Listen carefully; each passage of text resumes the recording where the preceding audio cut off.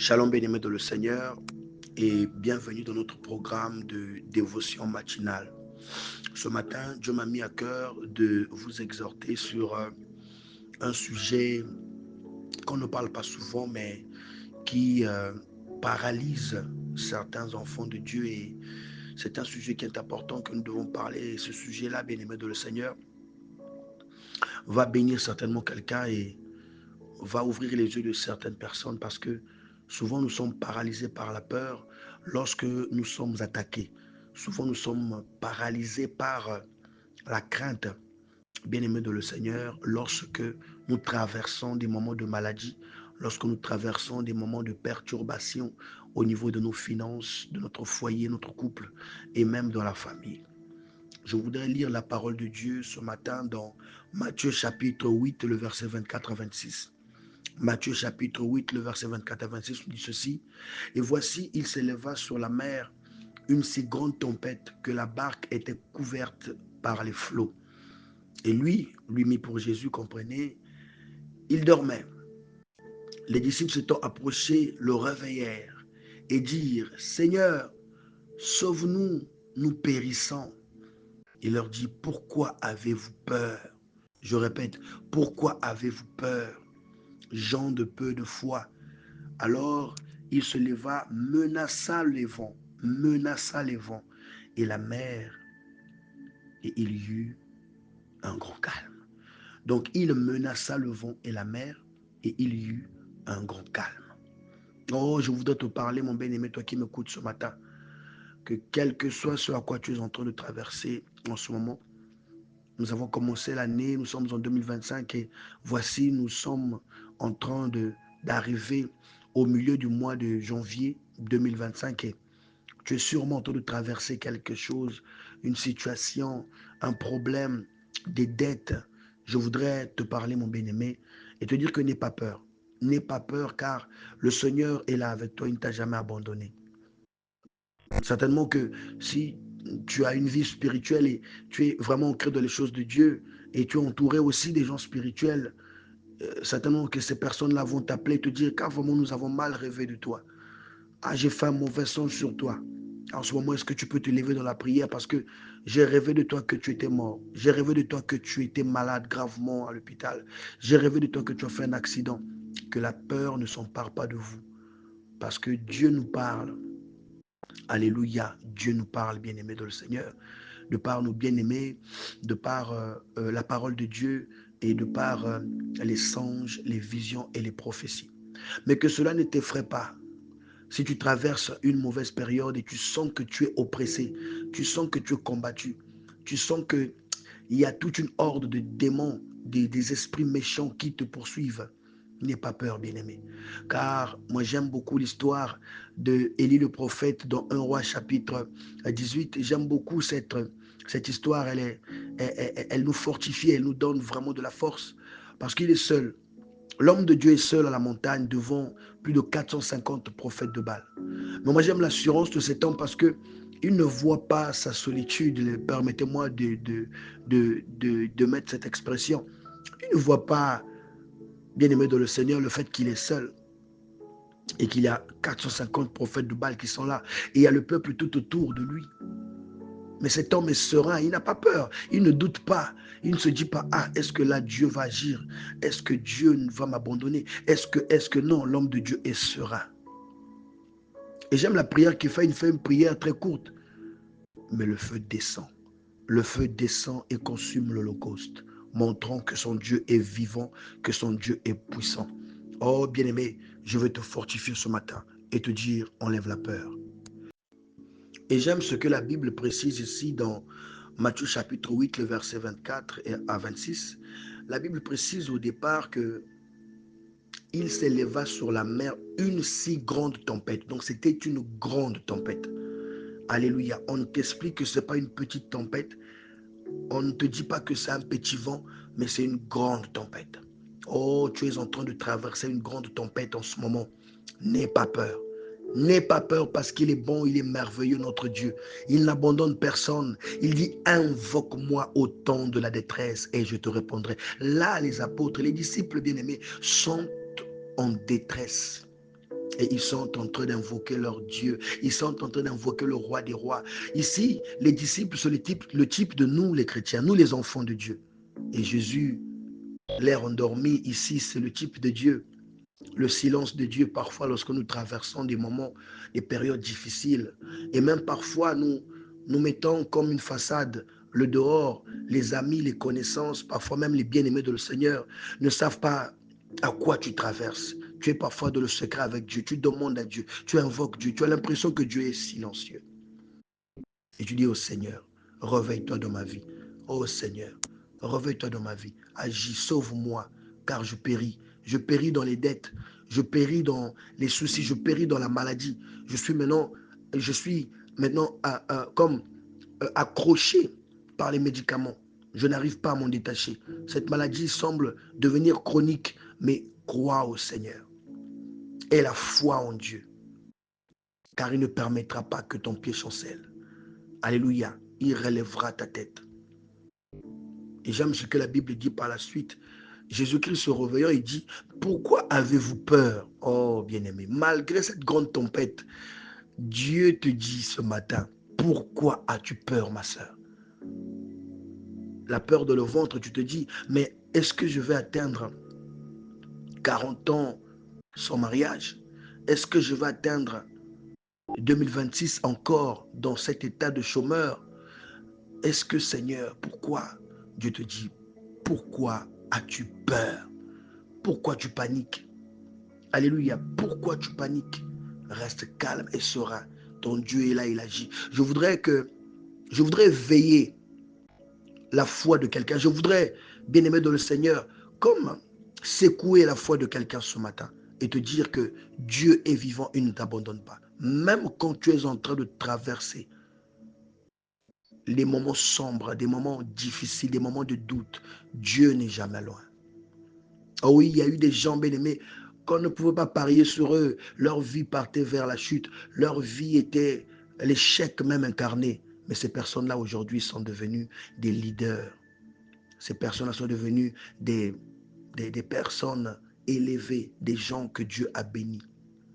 Oh, je ne vais pas encore vous rabâcher l'histoire de Joseph, mais comprenez bien aimé qu'il est important que nous précisions que Joseph, lorsqu'il est chez Potiphar, et surtout lorsqu'il arrive cette fausse accusation et qu'il est jeté en prison, on ne donne pas cher pour sa vie, on ne donne pas cher pour... On ne parierait pas sur son avenir.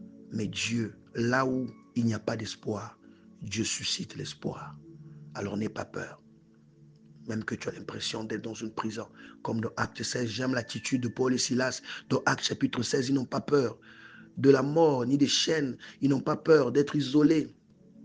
Ils n'ont pas peur. Savez-vous qu'il y a des gens qui ont la phobie des lieux fermés, mais ils n'ont pas peur, bien-aimés. Ils n'ont pas peur d'être enfermés, ils n'ont pas peur d'être enchaînés. Et cela n'a pas ébranlé leur foi. Ils sont restés des adorateurs, même dans la prison, même quand tout allait mal, même dans les chaînes. Oh, j'aime cette histoire de Actes chapitre 16, car ils ont invoqué Dieu. Ils ont loué Dieu. Ils l'ont loué.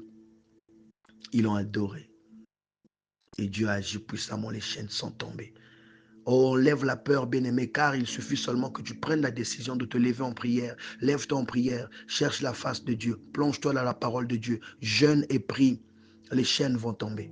Les chaînes des dettes vont tomber. Les chaînes de la malédiction vont tomber. Mais n'aie pas peur, même quand on te dit que tu as un esprit de mort, que tu vas mourir, que tu ne passeras pas le mois. Je connais des gens qu'on a prophétisé. Ma maman, pour vous donner un témoignage, ma maman, en tout cas ma mère, on l'avait prophétisé, c'était en 1999, on l'avait prophétisé qu'elle ne passerait pas l'année qu'elle mourra, qu'elle allait mourir, pardonnez-moi, qu'elle ne passerait pas l'année. Madame, vous n'allez pas passer l'année, vous allez mourir.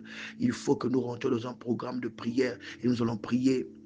Et je me rappelle que à l'époque, on avait demandé qu'elle reste internée quelque part pour prier. Et nous sommes sortis de là, nous étions à deux. J'ai dit à maman, maman, tu ne mourras pas. Dieu est avec nous.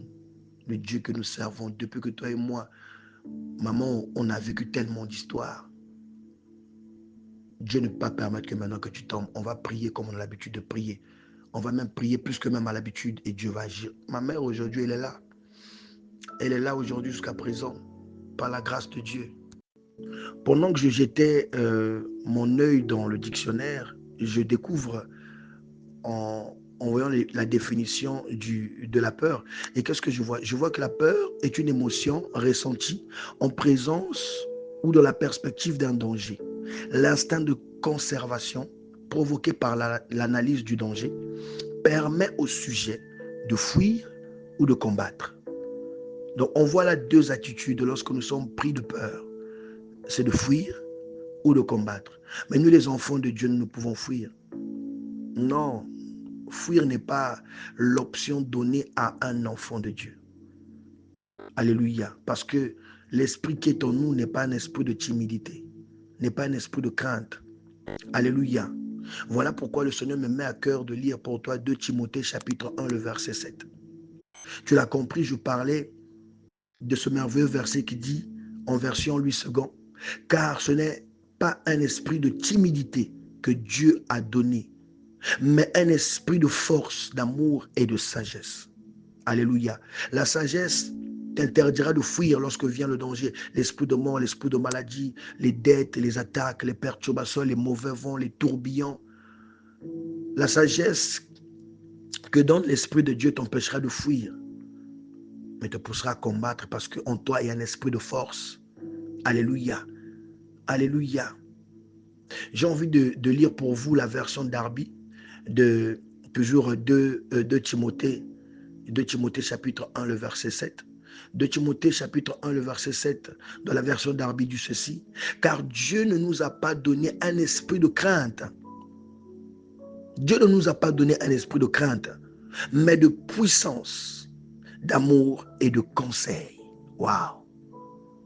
Alléluia. Un esprit de crainte. Donc, quand j'essaie de comparer avec l'anglais, dans King James, rassurez-vous, je ne veux pas parler l'anglais ici, mais dans King James, il est dit, the spirit of fear. The spirit of fear. Donc, ça veut dire qu'un esprit de peur, un esprit de peur. Oh, bien-aimés de le Seigneur, nous ne sommes pas faits pour craindre le diable et ses attaques, mais nous sommes faits pour avoir de la force et nous lever. Parce que Luc 10, 19, il est dit qu'il nous a donné le pouvoir de marcher sur les scorpions et les serpents et sur toute autorité de l'ennemi. Et rien ne pourra nous nuire. Rien ne pourra me nuire. Alléluia. Rien. Psaume chapitre 34, le verset 5 nous dit, j'ai cherché l'Éternel et il m'a répondu. Il m'a délivré de toutes mes frayeurs. Waouh. J'ai cherché l'Éternel et il m'a répondu. Il m'a délivré de toutes mes frayeurs. Cherche la face de l'Éternel pendant que tu es dans la frayeur, pendant que tu es dans la panique, pendant que tu es dans l'effroi. Cherche la face de Dieu dans la prière. Je t'encourage ce matin pour te dire que seul Dieu a le pouvoir de te sortir de là. Quelqu'un peut te rassurer avec des paroles. Quelqu'un peut te dire que ne t'inquiète pas, demain sera meilleur. Mais il n'y a qu'en Dieu, parce qu'il est le bon berger. Alléluia. Et ce même psaume 23 nous dit que lorsque nous marchons dans la vallée de l'ombre de la mort, il est avec nous. Il est notre secours. Il est notre protecteur. Il est notre guide. Bien-aimé de le Seigneur. Accroche-toi à Dieu et prends courage. Sors de là, de cette prison qui est la peur. Sors de là, bien-aimé de le Seigneur, parce qu'après, ça t'empêche de vivre, ça t'empêche de bien prier, ça t'enlève l'esprit de sagesse. La peur t'enlève l'esprit de sagesse. La peur te vole ta vie de prière. La peur te vole ton courage et ta force. Voilà pourquoi sors de là, bien-aimé de le Seigneur. Au nom de Jésus, ma prière ce matin, que toute peur que tu ressens, que ce soit les attaques, les perturbations, que ce soit les mauvais sorts, que ce soit la peur de mourir demain ou la peur de tomber de cette maladie, la peur de demeurer dans les dettes, la peur de ne pas faire mieux, la peur d'être viré au boulot. Je prie le Seigneur, n'aie pas peur, n'aie pas peur. N'aie pas peur, aie confiance en Dieu, car il est bon, car il est merveilleux.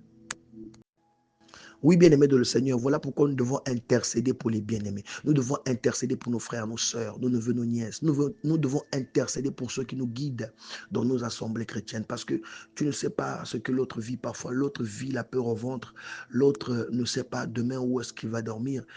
Parfois, il y a des sœurs et des frères qui vivent des choses terribles et qui sont morts de frousse, de peur.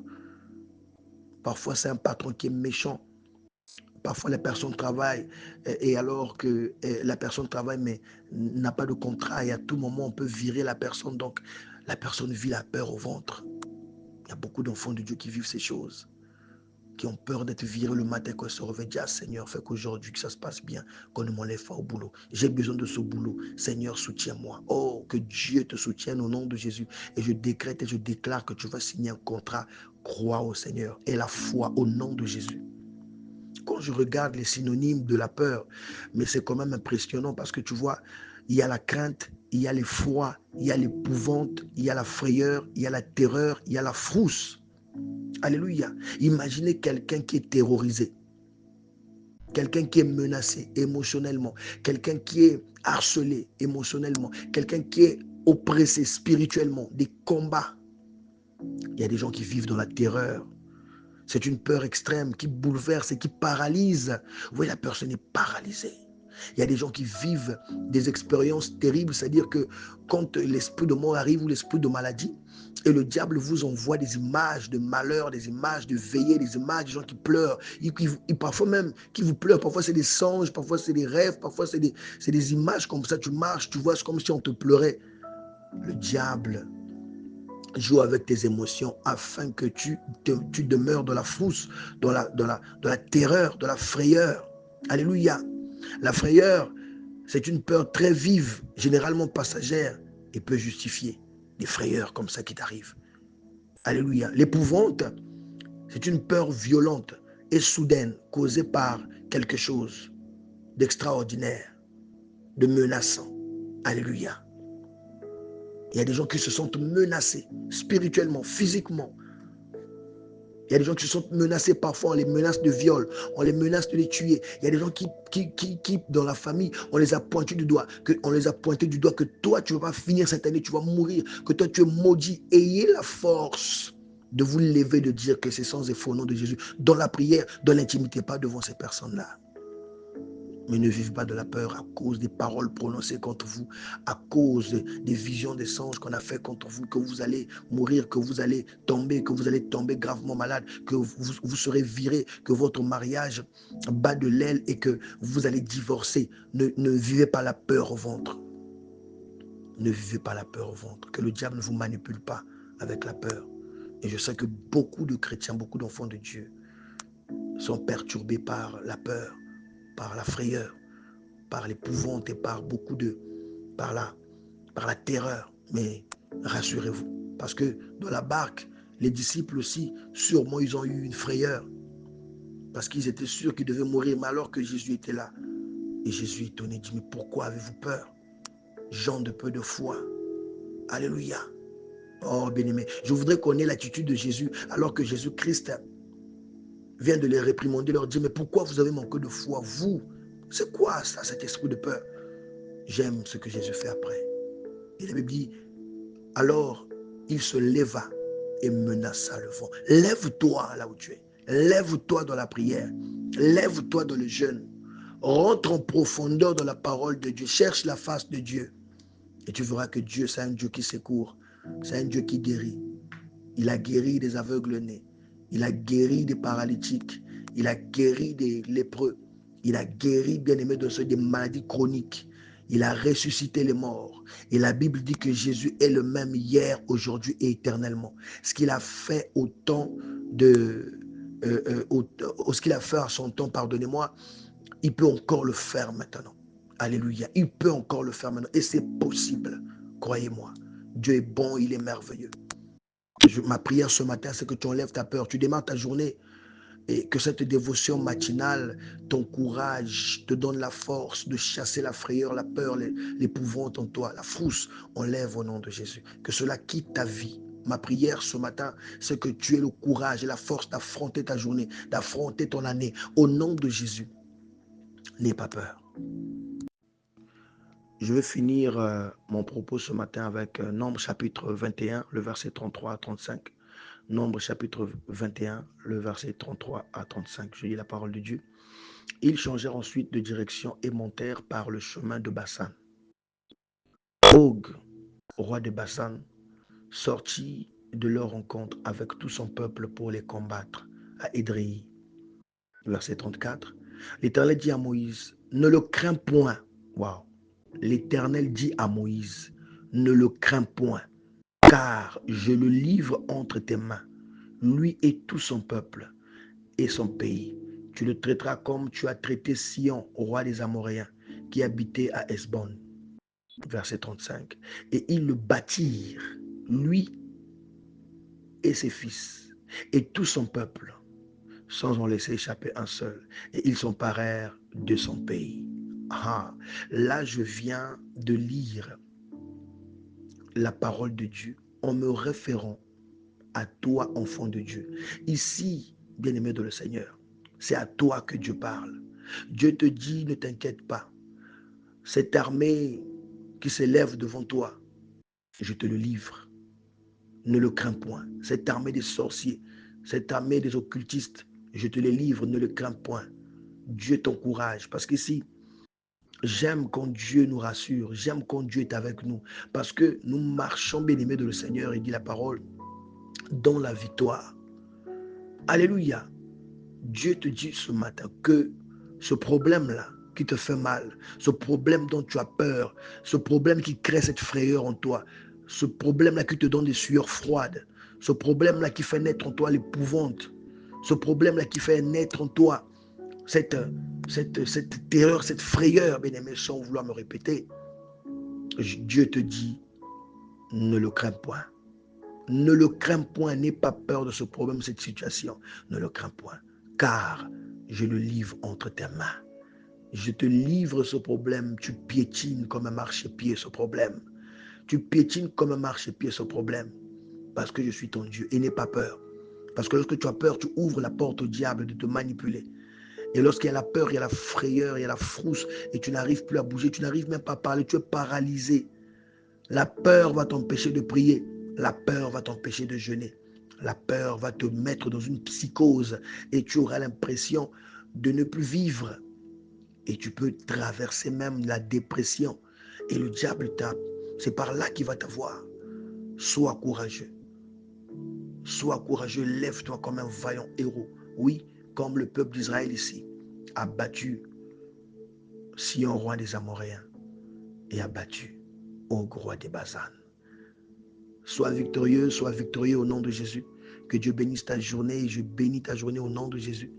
Sachez que Dieu est merveilleux, qu'il est puissant, il est notre berger et nous ne manquerons de rien. Alors, n'aie pas peur, enlève la peur en toi. Que Dieu te bénisse.